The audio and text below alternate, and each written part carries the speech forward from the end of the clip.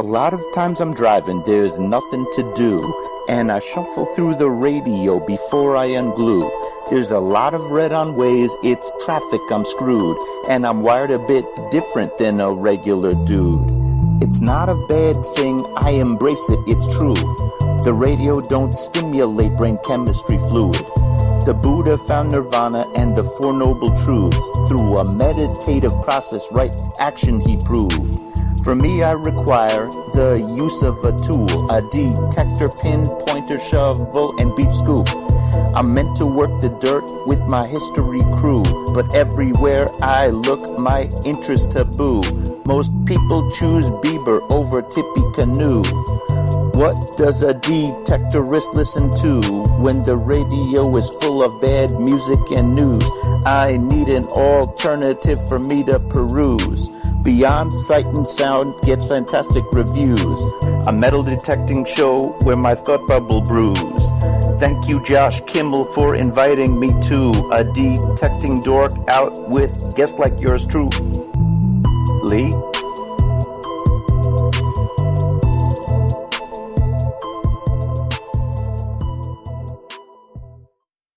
Are you looking for a high-quality beach and sand scoop? Are you trying to take your hunting to the extreme? How about an American-based company that stands behind their product and everything they sell? Then check out our friends over at XTREME Scoops. John has been making scoops for some time now and makes a quality beach and sand scoop to take your hunting to the next level. XTREME Scoops recently released their new sand shredder that works great in the water and on the beach. And if you're a new Equinox user, you may want to check out his Surfmaster X3 that can trap those small targets you new Equinox users are finding out there. XTREME Scoop's company approach is let's do it right. So do it right, buy it once, and go to the extreme. XTREMEScoops.com. That's XTREME scoops.com. Caution. Please do not operate motor vehicles or power equipment while under the influence of this show. Listening to this show could cause side effects such as bouts of laughter, violent binges of cabin fever, and even dreams of silver and gold. Please be advised. Now that the fine print is out of the way, on with the show. The fine print's out of the way, and it's time to roll with the show. We're back and we're live once again. You are listening to Beyond Sight and Sound, metal detecting and treasure hunting radio for all the really cool digging people out there. And some of us are still cooler than others. Oh no, there's a lot of them out there that are a whole lot more cooler than us in Ohio right now. It sounds really bad to say. We've warmed up a little bit. We're in the mid-30s.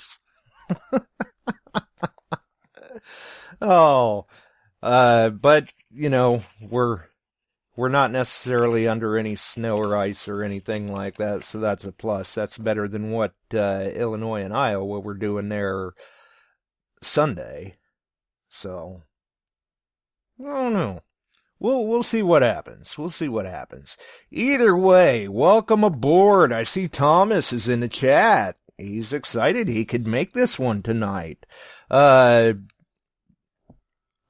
see. JP in the house, first through the door somehow, at least on my end. I guess Bill wasn't watching the in-studio cam tonight. Of course, then again, everything was kind of a late drop, limited drop.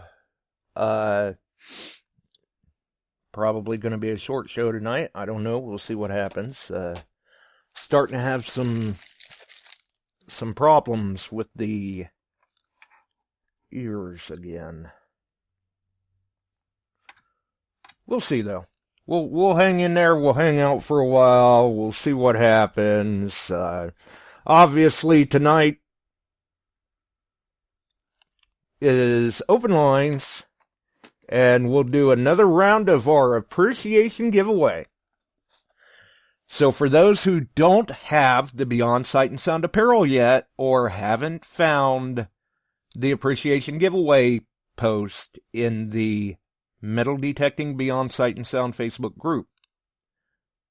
This is I mean, you see a lot of groups, a lot of shows, they all have some sort of swag out there to promote the show. And sometimes maybe you can get yourself entered into a contest. But with the appreciation giveaway that we do here on Beyond Sight and Sound, it's a recurring appreciation giveaway. That's why the prices are smaller, but it's recurring. So once you're in, you're in. Once you enter, you're in. Even if we draw and you win, you're still in. That's how it's a little different than some of the other ones that you see. Yes, the prices are smaller, but it's a recurring giveaway. And I believe up on the block this time around is a Garrett Finds Keepers box. Shout out to Shooters and Prospectors, Chuck Smalley. And a mystery copper bullion round. One person gets the box, one person gets the round. In this round. And then we'll go again in, at a later point down the road, we'll say, because there never is any set time to when we do these appreciation giveaway rounds. So you never know when you could win. It's, who knows? Maybe we'll have to start working a stipulation in there that you have to be listening to win. Normally, though, we just go ahead and we will announce the winners, whether they're listening or not, and then we tag them in the post, and then they have a certain amount of time to get back to me with their shipping information so we can get their prize out to them.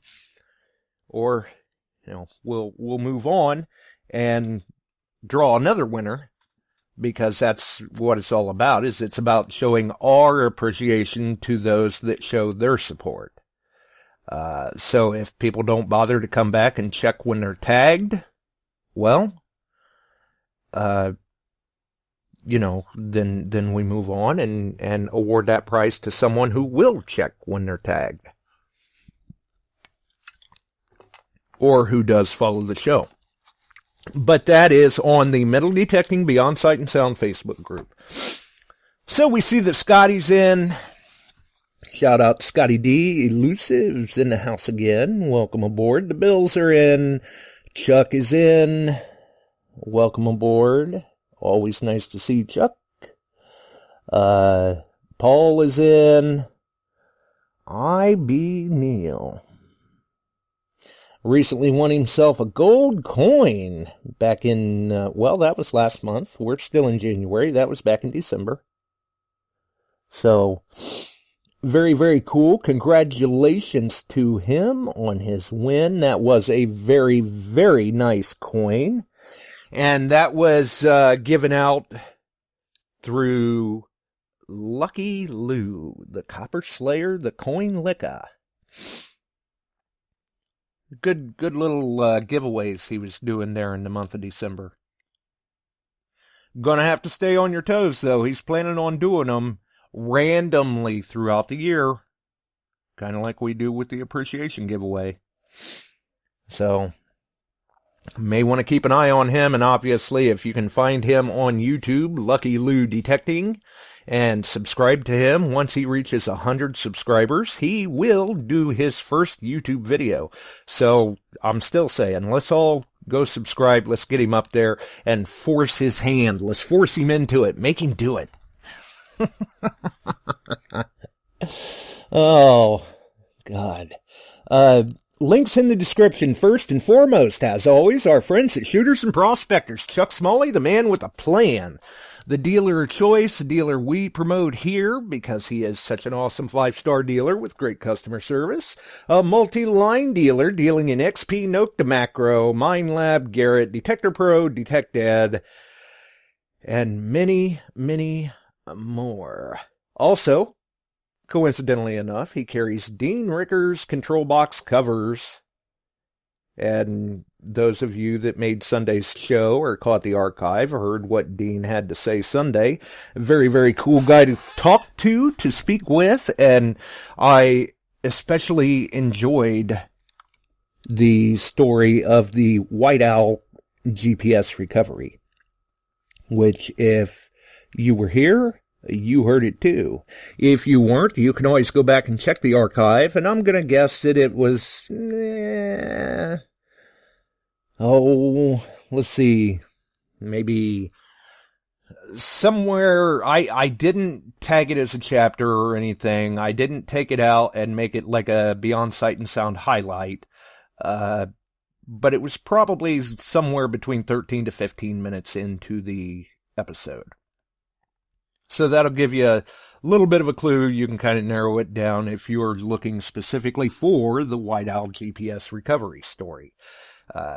We have been known to, I know in the past, we did take a particular soundbite out of one of the episodes and uploaded it to the YouTube channel just as a Beyond Sight and Sound highlight, Wildlife Encounters, which was a very, very good story from Chuck about a bear encounter, if I remember correctly. And if you go back through the Ohio Metal Detecting channel on YouTube, you can always find just that story instead of the entire show. Well, the entire show may be up there somewhere on the channel too.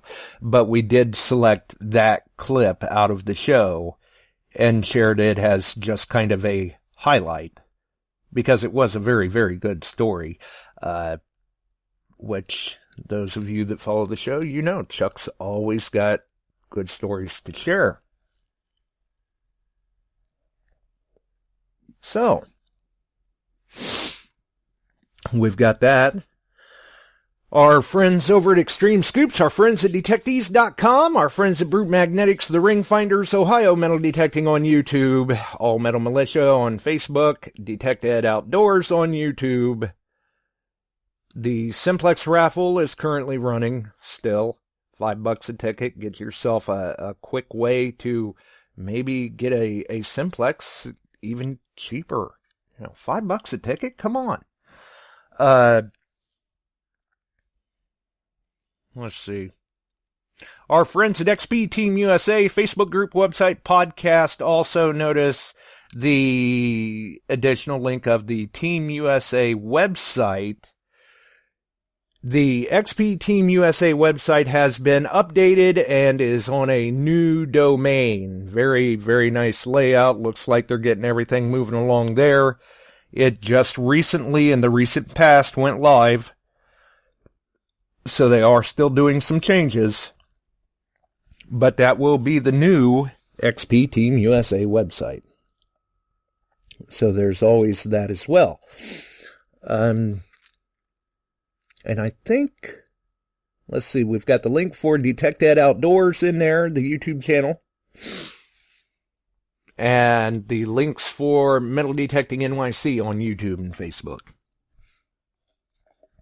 Which all of these links are also up at the top, well, bottom, I believe, on your guys' screen for the large post with all the various links that we carry with every episode. Some of them may be falling off soon. Others may not. Welcome to Earl. Definitely. Welcome to Earl.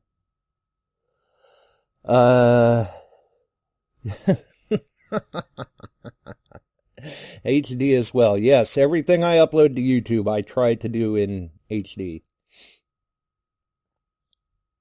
So, I think that covers all of the links that we have in the description of the show that we normally try to carry along with us. Obviously, we keep shooters and prospectors there at the top. There's good reason for that. They are certainly highly recommended by the show, and you will not be disappointed with their service. Now, see if I can adjust everything here to where I can actually hear, hopefully. I don't know. We'll see. And like I said, we do have Doug in the house as well, coming in from Awesome Relics New England. If you have not checked out the Facebook group Awesome Relics New England, you definitely should check them out. They're a great group, and obviously the driving force behind the Penguin Dig. A very, very good event that is put on annually. They do an absolutely wonderful job with it. Definitely a wonderful job. And I don't know. It looks like Doug's trying to find out maybe where the I hunt is or something. I don't know. Bob D in the house, recent winner from a few. I don't know. I can't remember now if that was the last round or the round before, but he was a recent winner. So, other links to discuss, not in the description, but these can be easily found near the top of the Beyond Sight and Sound page, or even the New Age Goonies group if you're a NAG member. One of the links, I believe I did share over to the Awesome Relics New England group if you're an Awesome Relics New England member. Metal Detecting Central Illinois member, you can find the link there as well. Illinois, Iowa Treasure Hunters, my timeline, the Metal Detecting Beyond Sight and Sound group, or the XP Team USA page. But figured, and there's Barb, welcome aboard. She has been in there. I think I missed her name the first time around. I saw it, but I don't think I mentioned it. Either way. So the links that I'm kind of talking about now are on those pages. News articles. And realistically, I guess this could kind of fall back on the whole topic of, we've touched on it before, of what do good treasure hunters find? Anybody? Everybody's going, I don't know what, or nada. Exactly. Because many of us out there, if we make that just massive find, we find a cache or a hoard, something like that, well, mainly, figuratively speaking here in the States, if we talk about finding, some caches, some hidden money, things like that. Could be maybe a lot of it, maybe in coin form. Those that have been around long enough to remember Jimmy Sierra and the Goat Herders cache kind of will know what I'm referring to in a sense, because he finds it and he takes it home. He loves to show it off to everybody, things of that nature, all of those silver dollars. And then one day they just come up missing. Somebody broke in, stole them. And he goes back to the location that he found them, I don't know, a year later, I believe, and happens to find another one. So he kind of lucked out in that aspect. But sometimes when you find something very, very notable, sometimes maybe the best option is keep your mouth shut. Dead men tell no tales type thing. Because of the fact that sometimes when we make those large finds, if we're fortunate enough to make those sizable finds, because they're not as few and far between out there as some people may think, but when you do, you open up a whole other can of worms. Try as you may to keep it quiet, somebody lets it slip.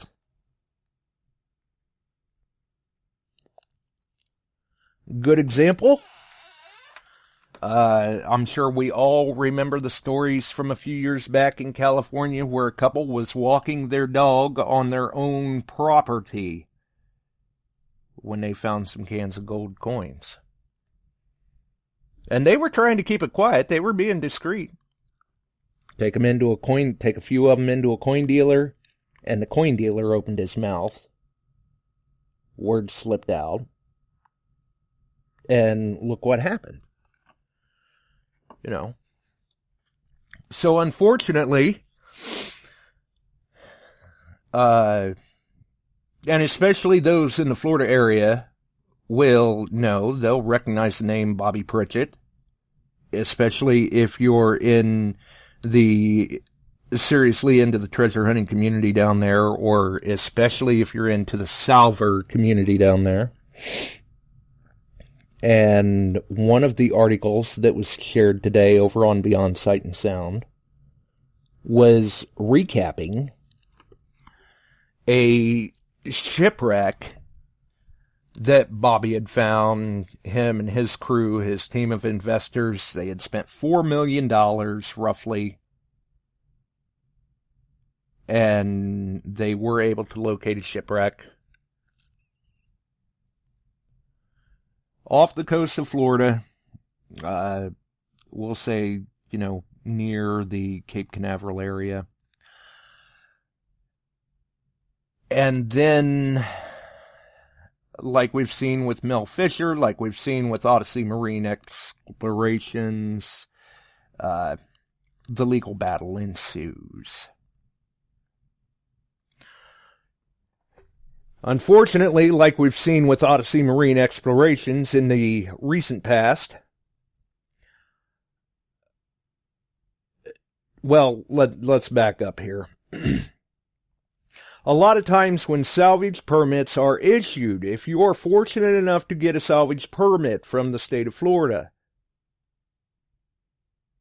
they do a standard, the salver gets 80% of the profit. One, because it's a very expensive operation to do a lot of times, very cumbersome. So, salver gets 80% of the profit, state gets 20%. And Bobby Pritchett had went along. He had done his footwork to the best of my knowledge. They applied for and received 14 state permits to try and attempt research and recovery of a shipwreck. Legal battle ensues. Next thing you know, Florida gets in contact with France. And then France is,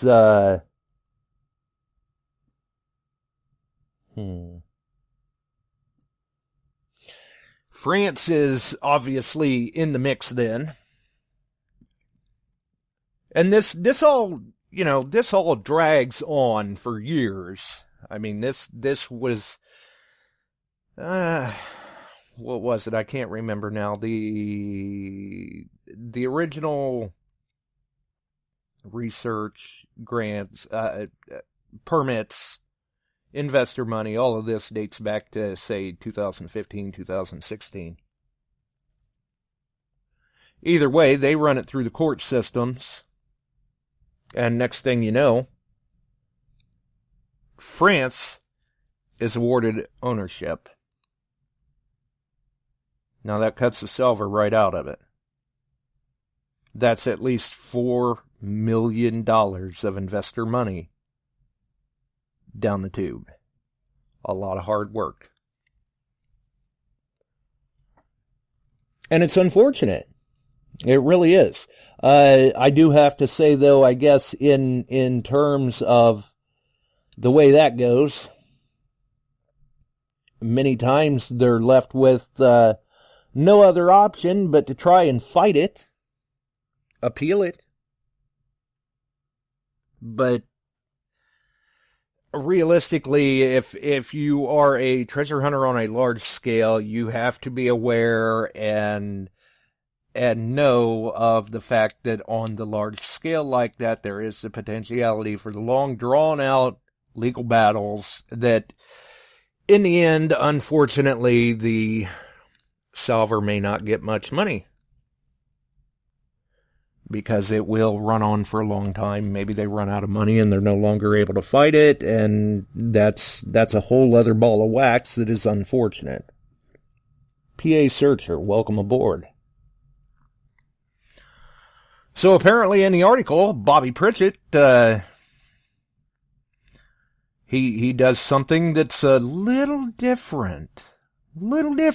He doesn't appeal when France is awarded ownership. Instead, he mounts a $250 million lawsuit against the state of Florida for sharing intellectual content with the country of France without the company's permission or knowledge, and lost money from the investors and what they may have recovered from the shipwreck, yada, yada, yada, the list goes on.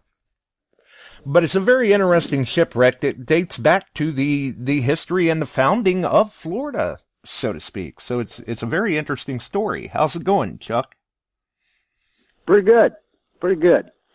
Everybody's kind of talking about, well, just like something that happened in Pennsylvania, the state got this and different things like that. I'm going to pose a question to you all out there listening tonight.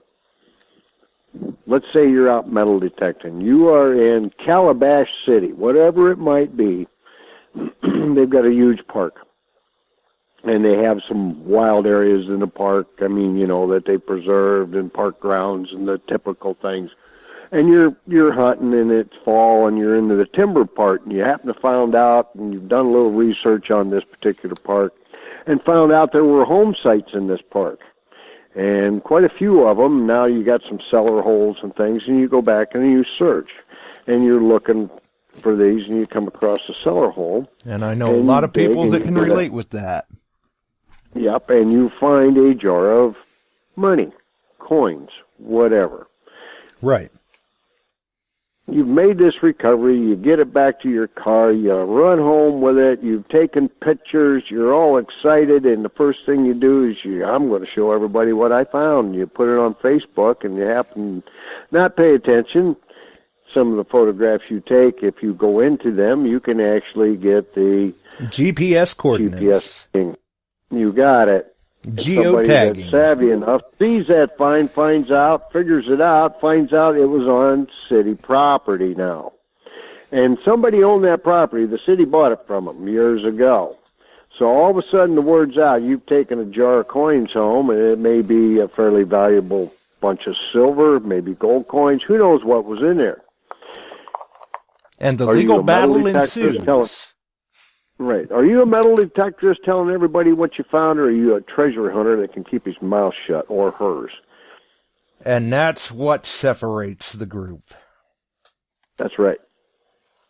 Because I know I've heard from people, and I'm sure you have too, in confidence, have shared stories with you about things that they've found. And right. Realistically, 2020 has been a fantastic year for detectorists already. I've seen at least 3 GW buttons. I've seen a lot of gold rings found and stuff like that. But the stuff that we see posted of people finding isn't even scratching the surface of things that are being found and not put out there. And that's exactly why. Right.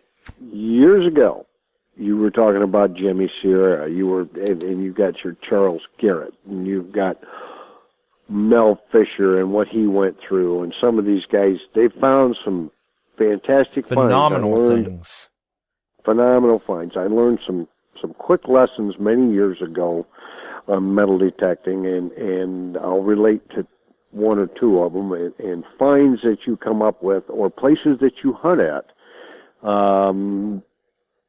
It's best just to keep it amongst yourselves or to yourself on major finds. And many people may disagree with this, but when you've been out up in the mountains, wherever you may be, you're probably on somebody's land or federal land, state land, county land, whatever, and you've stumbled across something quite valuable. Right. Cash, whatever it may be. And let's use a cache, for example. and I'll use this really happened. This is in Cedar Rapids, Iowa. Back about, what year was that? 97 or 8, maybe a little later than that even. The Cedar River up there went wild, and it does a lot. And it's like many of the smaller rivers out through the Midwest, all through the country. They aren't controlled by dams, anything like that. They don't have good dike systems. There was a large portion of Cedar Rapids flooded again. Many homes, several hundred homes. FEMA came in, boom, bought them up.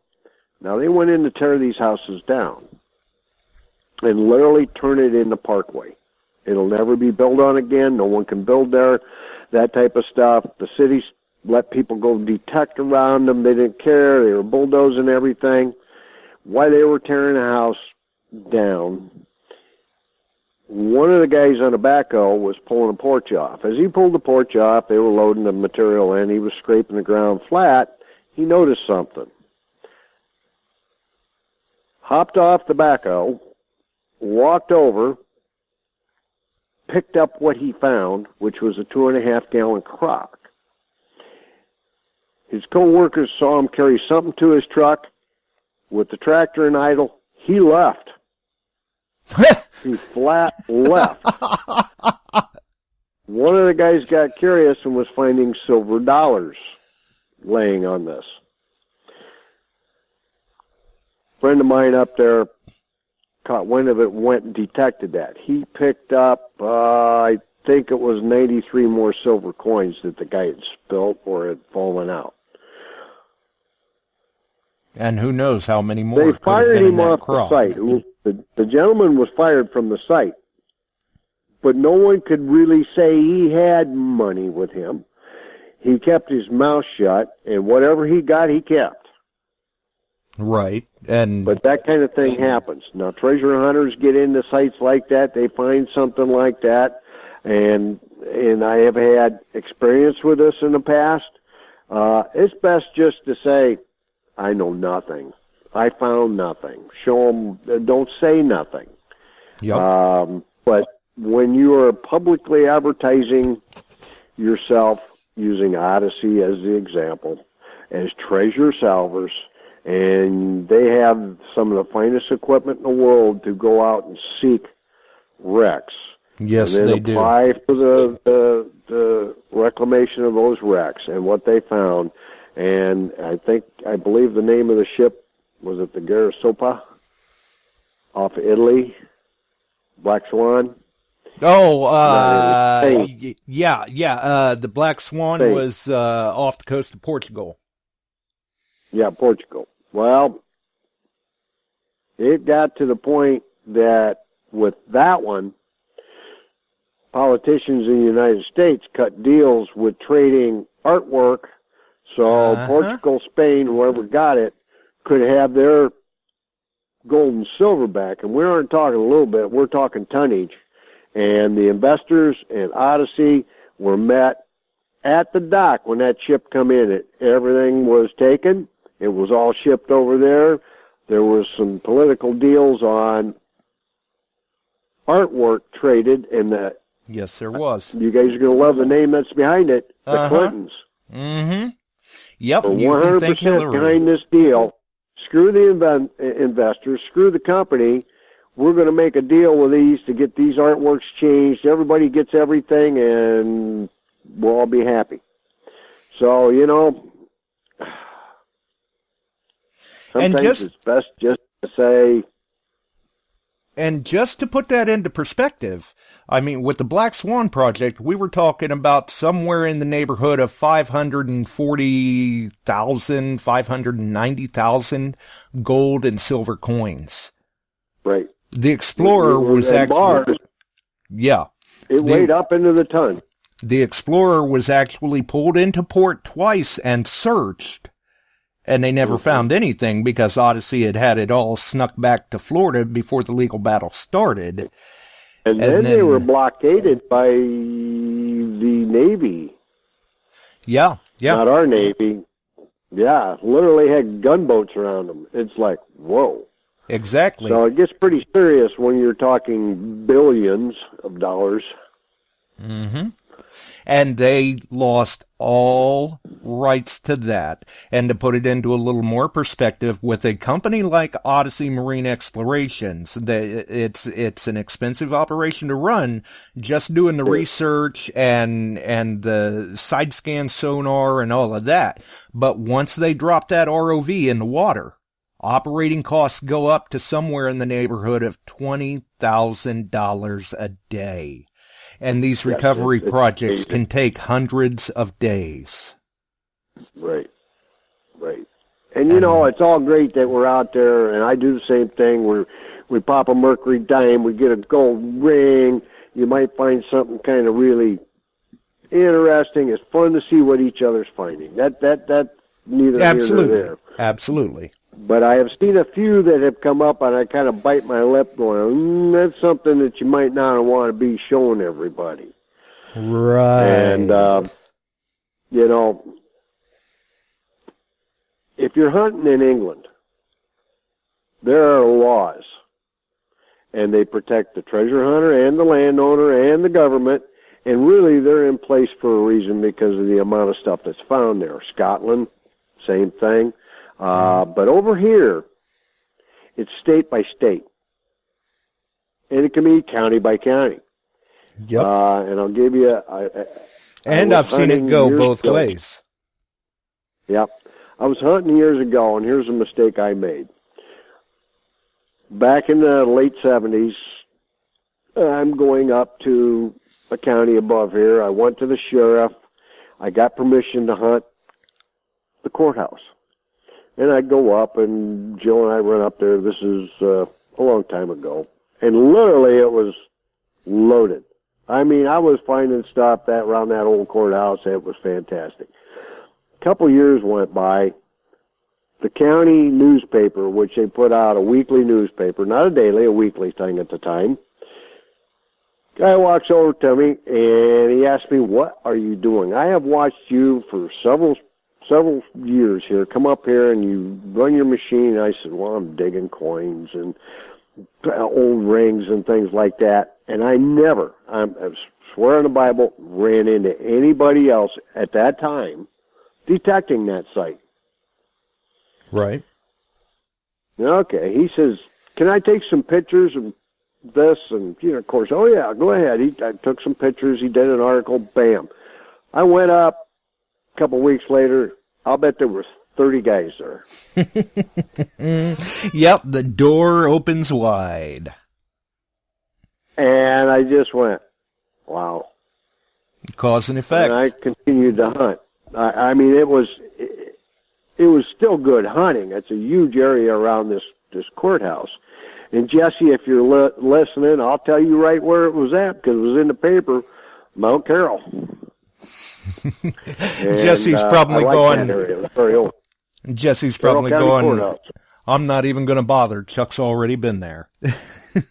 Well, there's been a lot of them up there since then. But you know, being connected on social media, and at that time, social media was either radio, television, or your local small paper.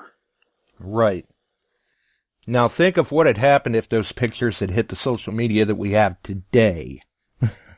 Oh, crap. The town would have an influx. They'd sell more gasoline and burgers than they ever had.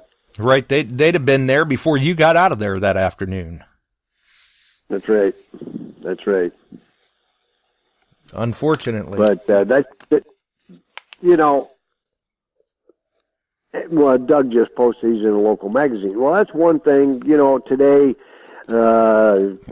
we get permissions. We do this. We do that. We find localist history that maybe we turn over to the county historical societies, things like that, and work with them. And that's great to keep the hobby in a good light. That's great. That's right. But if I had something happen to me detecting in the South that I had gotten permission on a site out in the country that had a church on it, a a large area around it, a Chautauqua area where they meet, this kind of stuff, and I hunted it quite a bit. And I never ever said much, but I was working a old site around them, and I got a deep signal, banging signal. Almost walked from it.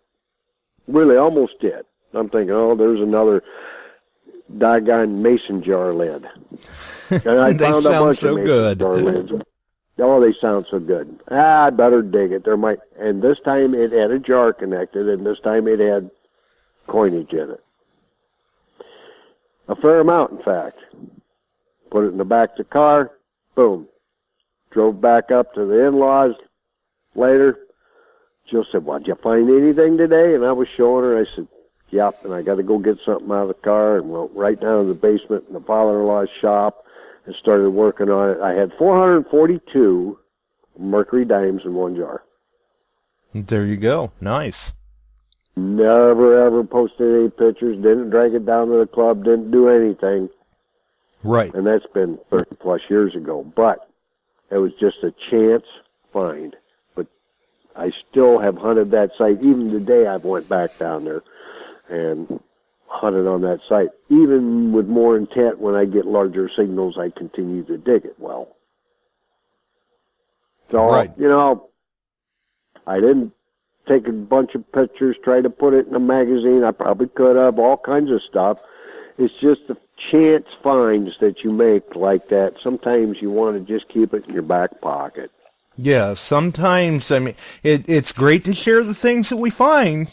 You know, you find the occasional ring or old coin or Right. something, but some things just wind up leading to more headache than what you really want to deal with. Yep, and, you know, you can get former landowners on top of former landowners, and if the county bought it and everybody wants a part of it, and then you got nothing and you look like a bad guy because they're going to write you up in a paper somewhere that's just going to degrade you terribly. Yep. Unbelievable what it's all come to. So I've made finds that I've rarely ever talked about. I've got some of those finds still stored. Keep telling myself, silver keeps going up, I'm going to start getting rid of some of it. That type of stuff. So it's best maybe, you know, when you come across a chance find like that, or if you work looking for caches. I have worked for people that Grandpa buried this, and I look for the provenance of it other than the guy telling me, Grandpa buried money. Yeah, but did Grandpa dig it up and use it all? You don't know that. Exactly. Well, there's provenance you need to see and touch and letters and things like that I've worked with people in a 3-state area here, actually 4, and had some good fortune with them. But I contract with it. I mean, if I'm going to go out and spend that kind of hours, there's going to be a percentage in there. And you right, can find, yeah, you got to have something for you. Jimmy Sierra actually had a contract that you could download and print. Yes, he did. Ago. Yes, he did. When you went to search for somebody's buried money, you agreed. It was pretty solid. It would stand in courts all across the country. State of Illinois has a 10% finder's fee. I don't know if many of you guys out there know that, but if you find John Doe's ring, he hired you to get it. Legally, you can ask for 10% of the value of your find before you have to give it back.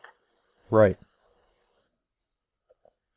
But that's where definitely your research comes into play and knowing your regulations, because that does vary state to state, county to county, things of that nature. And I've seen courts rule both directions before, where they rule finders keepers, or they may rule, well, that belongs to the family or the property owner, so you're out in the cold. That's right. So, you know, I don't know if anybody else out there has had any kind of luck like that or had any run-ins with it, but I've had a couple other things happen. You learn some lessons early on, and you just kind of learn the hard way. Yeah, I was going to say, sometimes those can be hard knock lessons, too. That's right. But that's how we learn. That's how we gain the experience, so to speak. I mean, I've been involved in some rather large property searches myself, where there have been some recoveries made, but there again, that was all under confidentiality, so I don't, out of respect to them and the confidentiality, I don't discuss it on the show. That's right. And speaking of England and Scotland, the way they do things, they both have a different kind of set of rules, but very similar. Right. And going over there, I'm still waiting on them. What I found over there, I won't see that till the fall, and the gold coin and the other stuff. And but I think in a sense, they do things correctly. Yes, especially I think so too. What you do, and I'm going to go back over. I'm hooked up again. I'm the I'm the standby guy for Chicago Ron. If he has somebody drop, well, he already had somebody drop that can't make it, and he's usually booked almost 2 years in advance. I fill the spot, so I'm going to be going back over. Nice. But I was going to put a word out. There's another one that runs trips.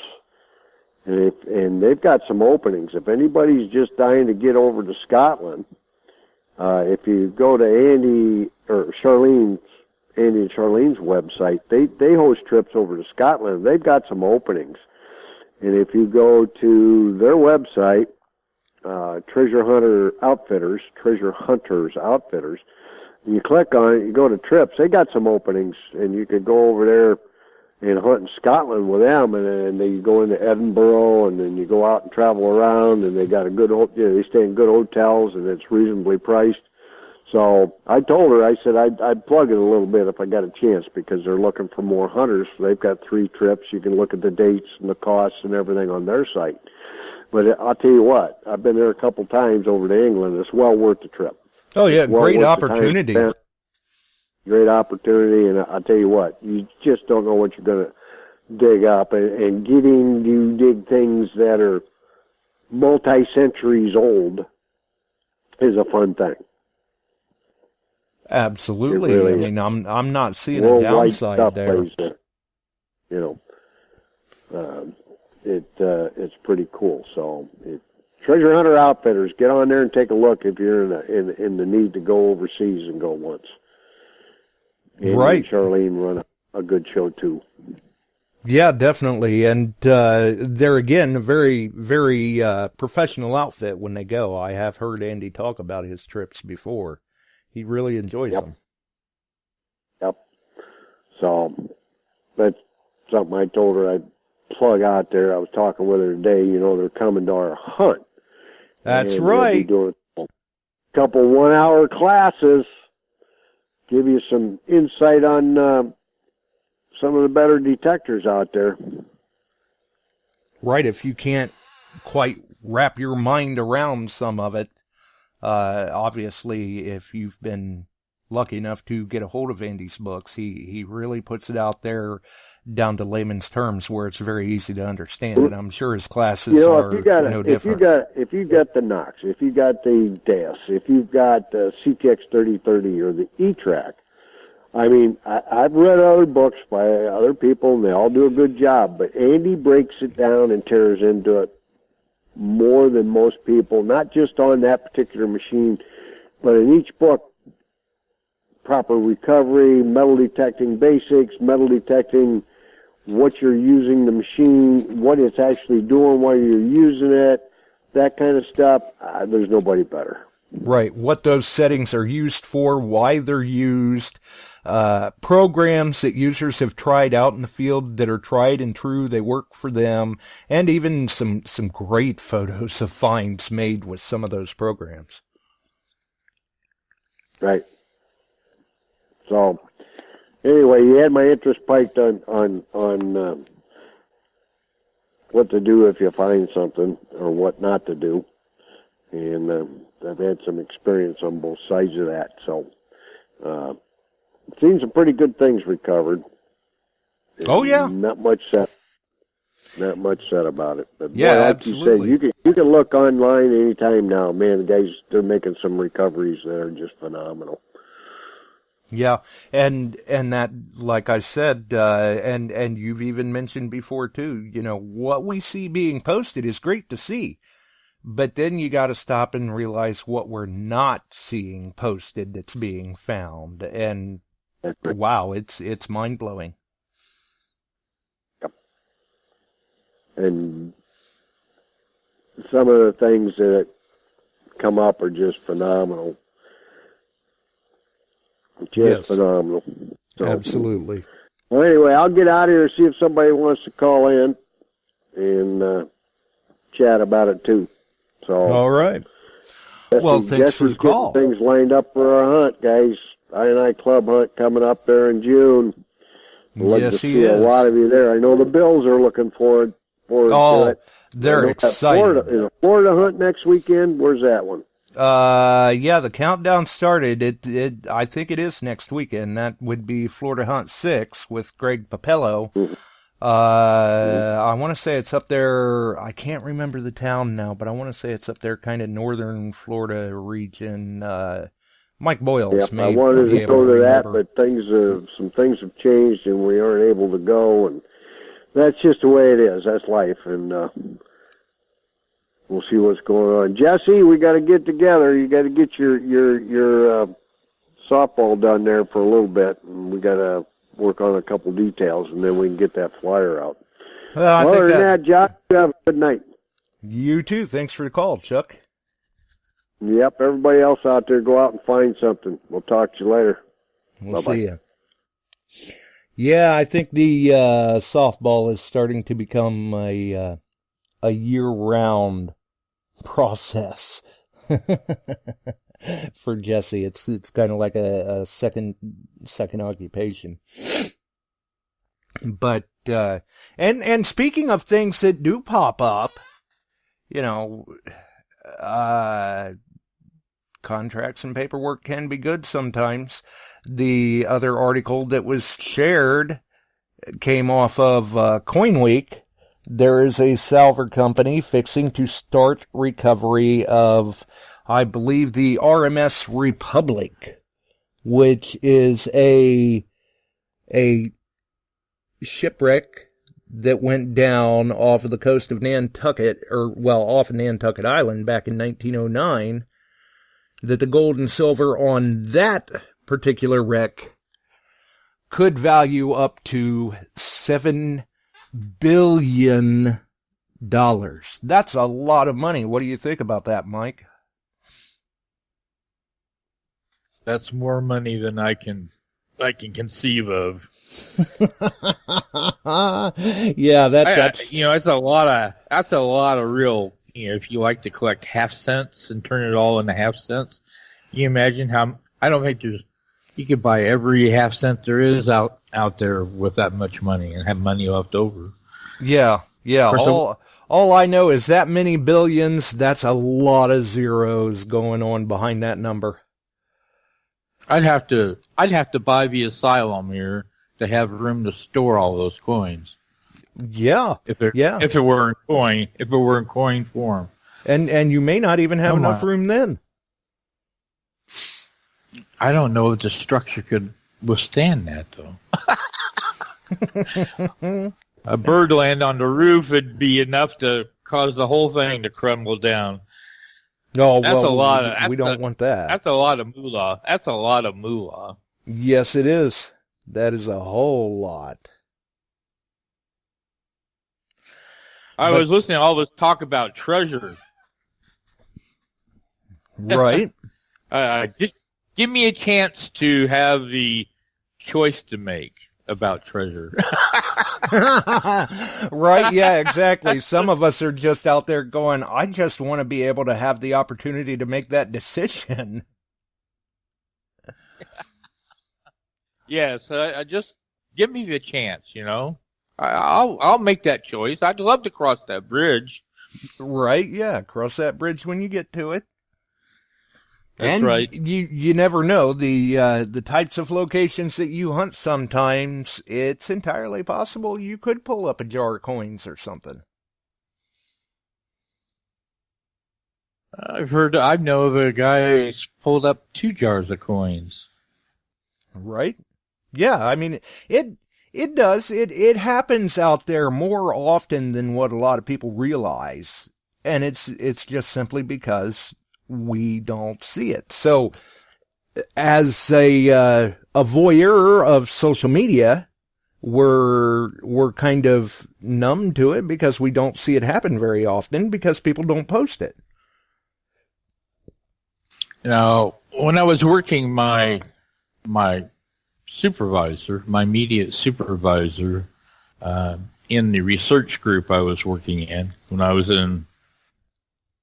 working in electronics, he told me he had an uncle in southern Missouri. He had passed away, and the property still belonged in the family, and he said, if you're interested in going down and looking for arrowheads and things, that's fine. But he said, if you want to get a metal detector and go out there, he said his uncle had told him many times that he saved coins and arrowheads and things he found and put them in quart jars and buried them. And he had buried them all there near his home. Right. So I had this idea. I didn't own a metal detector at the time. This is back in 93, 94, 95, somewhere along there. And I had a friend in Jacksonville who said, oh, I've got a metal detector I can loan you. So I had time. I took time off from work, and I had all this trip lined up to go down there. I was going to use this metal detector. Well, nothing went right on the trip because the first thing it was my friend had this thing. I wouldn't call it a metal detector. I built one myself a lot better than this thing was. Someone had put something together. Someone had put something together and taped it to a broom handle and. Sounds like some of the old Heath kits. Oh, it wasn't anywhere close to that. I mean, it wasn't. I've seen flashlights put together better and have more electronics in them than this thing did, and it just didn't work at all. So that whole part of the trip just fell through right away. So I've always been very disappointed about that. So. Right, that's the way it goes sometimes, though, unfortunately. Maybe I can make that a fish story and say that's the big one that got away. Right, that's the one that got away from you. That was a good call from Chuck. I really enjoyed that. Oh, yeah, Chuck's always got some great stories. As a matter of fact, recently there had been a comment come in from one of the Australian listeners that even said, I know sooner or later in an episode, Chuck is going to show up, and wow, what a character. Such great stories. So that's good that the Aussies, our friends across the pond, are enjoying the show, definitely. Yeah. We do like to hear the feedback. Hey. Yeah, I'm looking forward to hearing the finalized details for the I hunt. So are we, and we're getting close. That flyer should be dropping soon. I would have to guess it shouldn't be any later than maybe mid-February that we see it, and quite possibly sooner than that.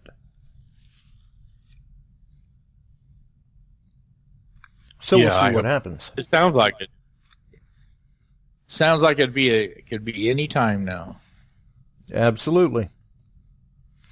It'll be a good time for sure. For those who have not attended an I hunt, they really are kind of missing out. There's a lot of A lot of good times, good finds, a lot of friendship, and some great stories. And some great people, and some of those, some really good food, good company, but all we need is good weather. Right. Yeah, and we're hoping for good weather for sure. Definitely hoping for good weather. And if it's not, well, we'll make it good. Right, one way or the other. I mean, even 2017, sure, it was a monsoon in the morning, but it cleared up and everybody kind of came out of the woodwork and enjoyed the rest of the day. And quite a day it was, too. Very memorable day. Very memorable day. Yep, absolutely. Absolutely, I would have to agree.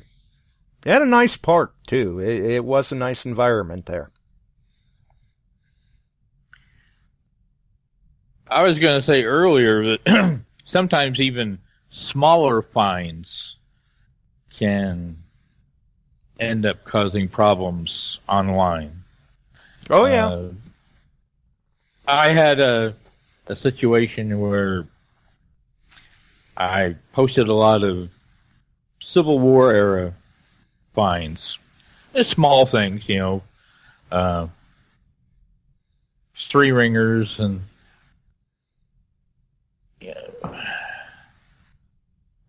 just maybe a few coins, all from the Civil War era. And that's not... you see a lot of those posted online, but most of those are found in the southern states where a lot of the activity went. Absolutely. But, farther north here, there's not that much activity, so it's not as common anyway. Right. Finds like that are fewer and farther between. And I started getting messages from people that, from 3, 4, 5, 6 hours away saying, oh, I wish I could, go hunting with you. I'd love to find some Civil War stuff. So it kind of made me feel strange. So right. It made me very aware that it hasn't stopped me from posting stuff. Right. But I only find onesies and twosies of things. I don't find big handfuls of, usually, I don't find big handfuls of coins or even relics. Right. But right. So it's just more of an educational interest rather than a monetary value. Right. I can relate with that. I mean, I've even had like on the Metal Detecting Beyond Sight and Sound group, I've had a cover photo up there for 5 years or so, probably. I mean, I put it up there and I never changed it. I just left it there. It was a good way to distinguish the group from other groups. But in that picture, there were a couple of class rings, and these have been returned to their rightful owners. I don't have them or anything. And over the years, I have been contacted by people at least 3 different times, swearing up and down that that's their class ring, and they would really appreciate it if I sent it back to them. When, I mean, that's not the case. I have video evidence documenting the recovery and the return of these rings, and I know they were returned to their rightful owners. So finally, to alleviate the headache and hassle, I pulled the picture. I took it down. I switched the cover photo to a very nice landscape view and left it at that, because, like you said, sometimes the little finds that we post too can cause some problems.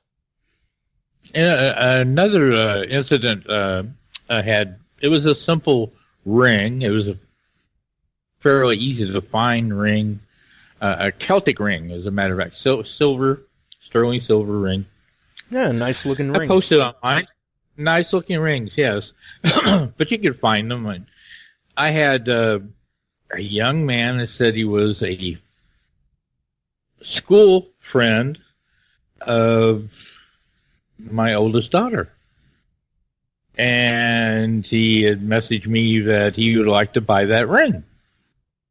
And I said, well, that's not really for sale. I said, if it ever goes anywhere, it'll probably go to my daughters.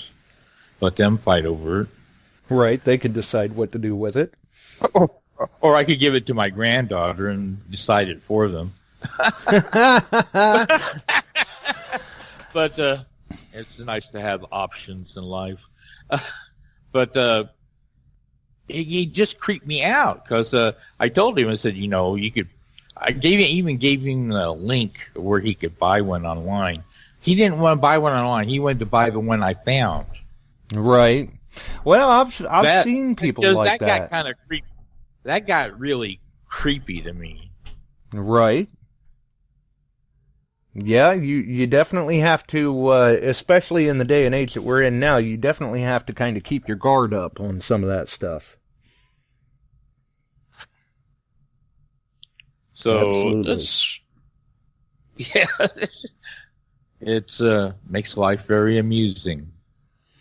Yes, it does.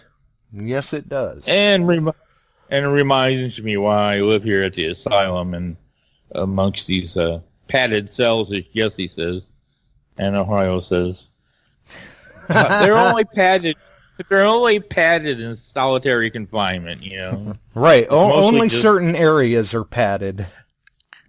The normal ones are the concrete walls with lead paint, you know.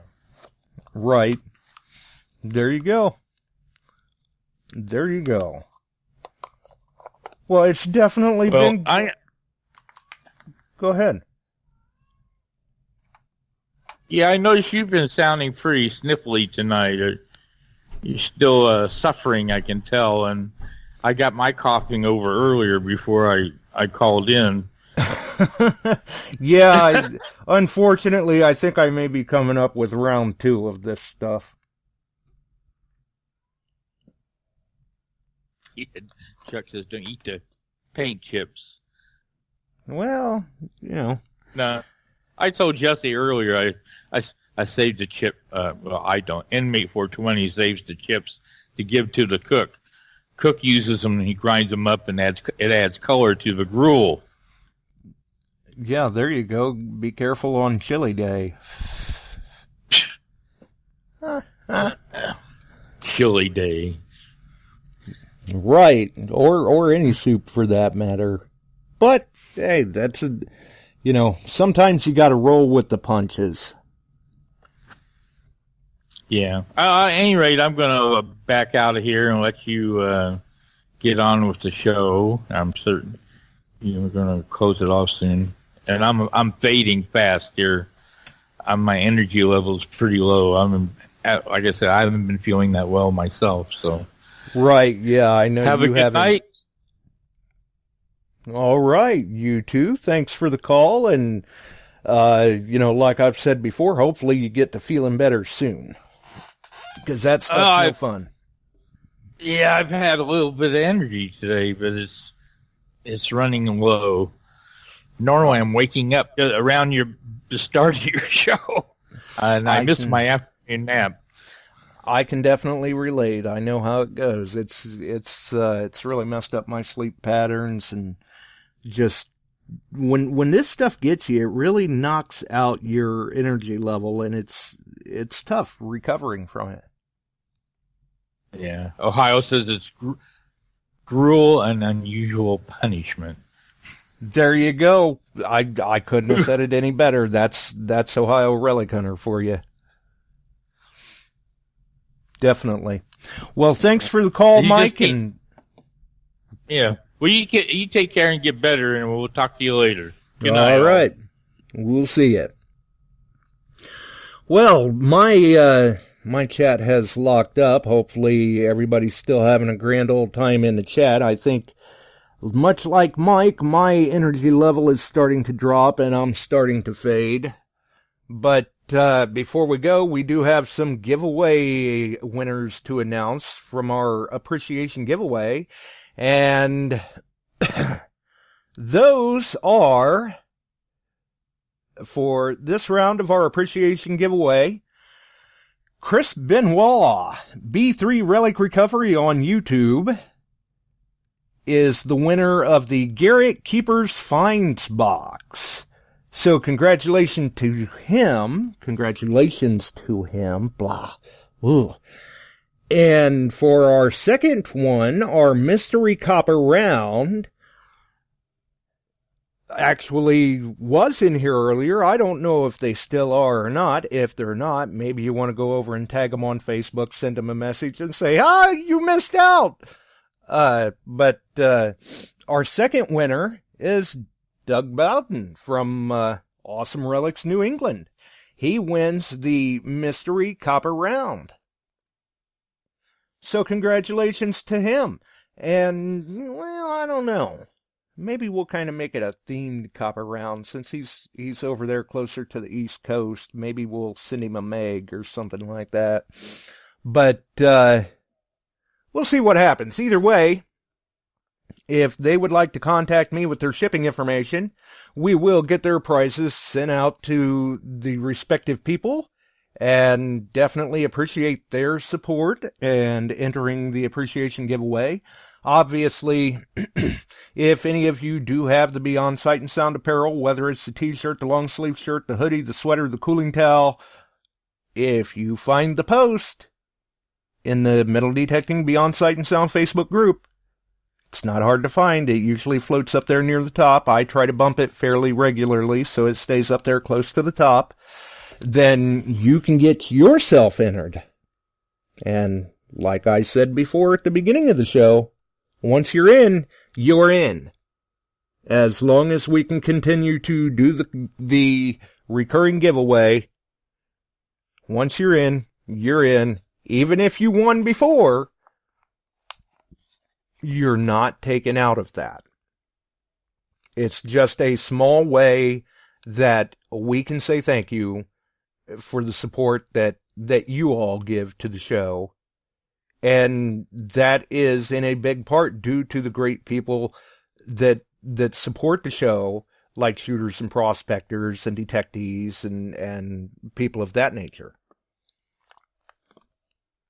Which, as I said, the Garrett Keeper's Find box is actually courtesy of Shooters and Prospectors. So a big thank you out to Chuck and Shooters and Prospectors and Detectees. A big congratulations out to our winners, Chris Benoit and Doug Bowden. Awesome Relics New England and Doug in a Minute on YouTube. So big congratulations out to those guys. Definitely, we will tag them in the recurring giveaway post after the show. And I'm going to say the way the ears are acting, normally I'm all about being here for Groundhog's Day so I can rib that groundhog right along with everyone else. But it is a good possibility that I may just go ahead and run an archive Sunday and take the evening off. It is Tam's birthday, so maybe we'll just run an archive Sunday and we'll be back Wednesday. You never know. Either way, there's always going to be a show here, whether you're catching it on Spreaker, whether you're catching it from the archive or any of the on-demand distribution services, or even over on the YouTube channel. That archive is always available for listening at your convenience. Whenever you're ready, listen to a little bit of it, come back later, finish it out, anything like that. Obviously, you always get the best audio quality right here on Spreaker or YouTube after the show, after I do my little post-production work, things like that. Other than that, I think we're going to roll on out of here, though. So for everyone else, if you enjoyed the show, we certainly appreciate you dropping in. Thomas, Elusive, The Bills, Jesse, Chuck, Barbs, Scott, Mike's, everybody that dropped in. We appreciate it, because without the listeners, the show just wouldn't be what it is. The show is what it is because of the content, because of the listeners, because of the callers. And we do truly appreciate that more than many people realize. It's an awesome project. It's a way for everyone to get together and have a wonderful time. So get out there and try to find something if you can, folks. I know most of the country is frozen or under snow and ice, but just like many of the rest of you, I'm suffering from the cabin fever as well. I'd love to be able to get out, and hopefully soon we can. Have a wonderful evening, folks. We're out of here.